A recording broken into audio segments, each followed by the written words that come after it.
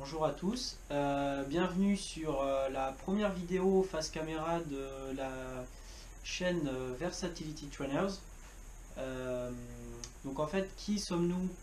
On est une équipe de 6 préparateurs physiques et chacun de nous a une spécialité sportive, ce qui nous permet de tous nous compléter par nos compétences et par nos domaines de spécificité, mais aussi d'intervenir sur un plus large panel de sports.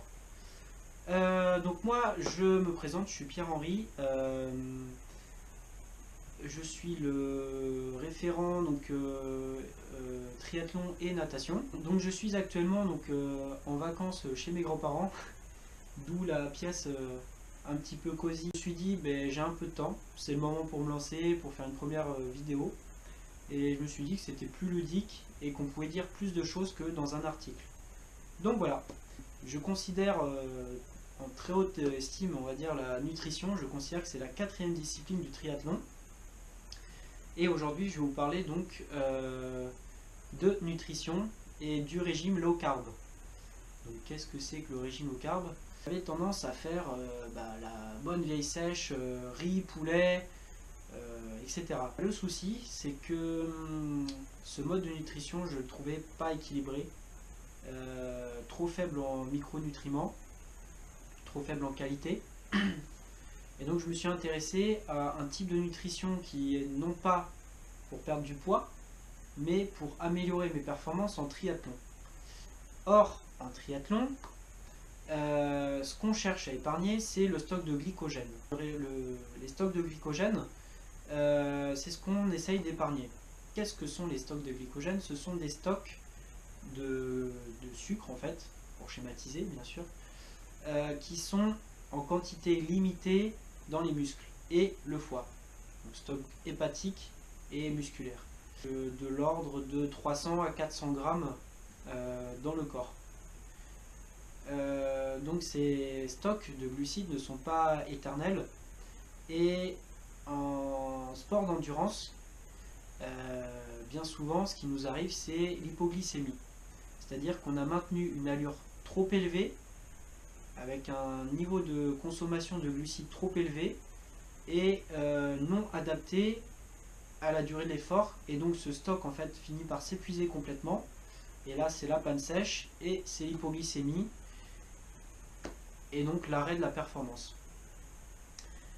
Donc c'est souvent le gros souci pour beaucoup de sportifs d'endurance. Mais on se dit parfois comment échapper à ça ou comment optimiser ces stocks. Alors une première méthode pourrait vous dire de manger beaucoup de glucides, de manger plus de glucides parce qu'un sportif d'endurance consomme plus de glucides, donc il faut compléter les stocks et manger plus de glucides. Ça, c'est un petit peu la nutrition traditionnelle des années 50, 60. Voilà. Moi, je vais vous proposer une approche là aujourd'hui qui est un petit peu différente, qui va complètement à l'envers de cette première méthode. C'est justement à l'entraînement de ne plus avoir de stock de glucides. Et le but, c'est vraiment de réduire au maximum les glucides.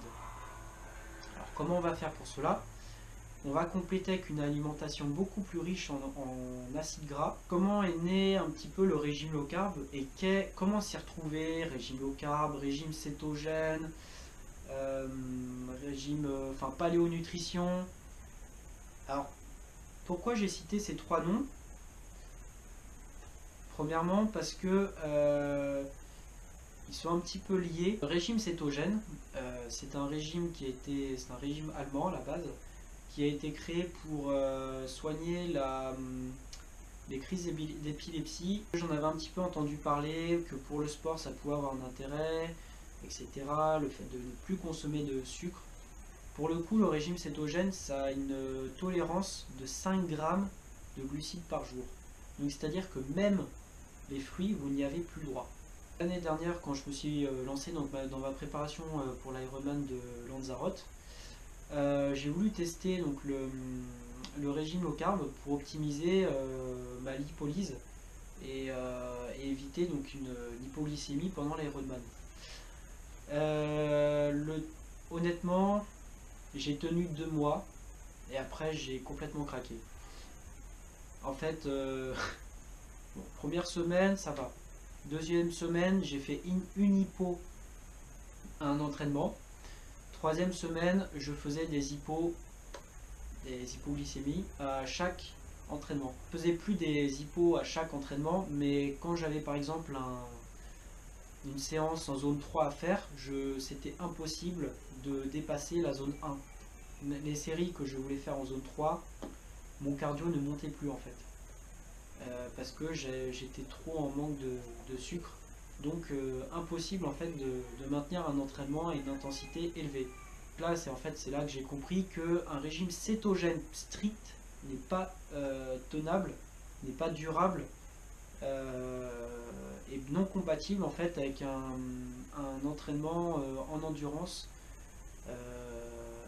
du moins un entraînement assez soutenu de l'ordre de 15-25 heures par semaine.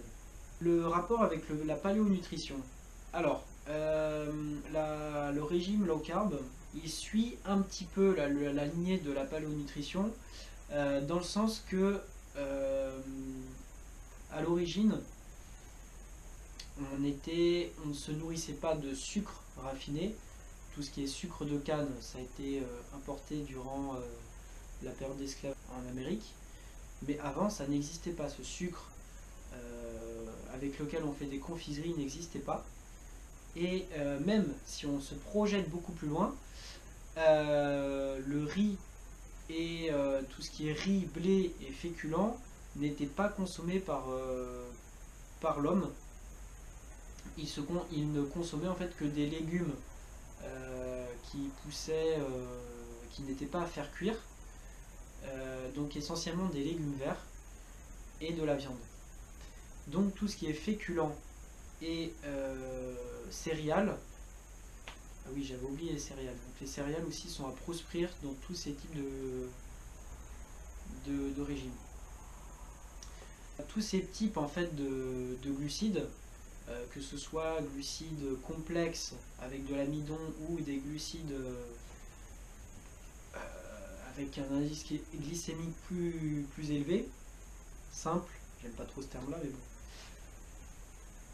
Voilà, l'homme ne consommait pas à l'origine et le souci c'est que l'homme a peu évolué au niveau physiologique alors que son alimentation a évolué à vitesse grand V. Donc il n'a pas eu le temps de s'adapter. La réflexion du mode d'alimentation, donc paléonutrition. Pourquoi? Parce que ça suit ce courant-là selon lequel l'homme ne s'est pas adapté à ce qu'il mange en fait. Donc l'idée serait de revenir un petit peu à ce à quoi on mangeait pendant le paléolithique. Voilà.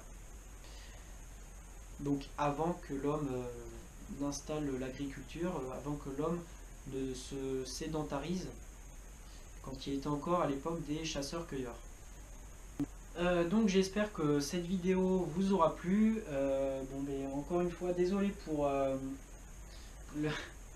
les faibles qualités d'orateur. Bon, je me lance, hein, c'est mes débuts face caméra. Donc j'espère que cette vidéo vous aura quand même plu, qui répondra à certaines questions, des questions qui sont assez récurrentes,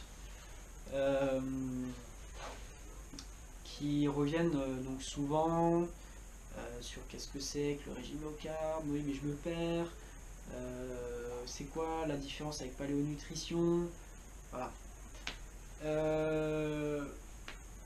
N'hésitez pas à partager cette vidéo, à liker, à laisser un commentaire si vous faites déjà ce type d'alimentation.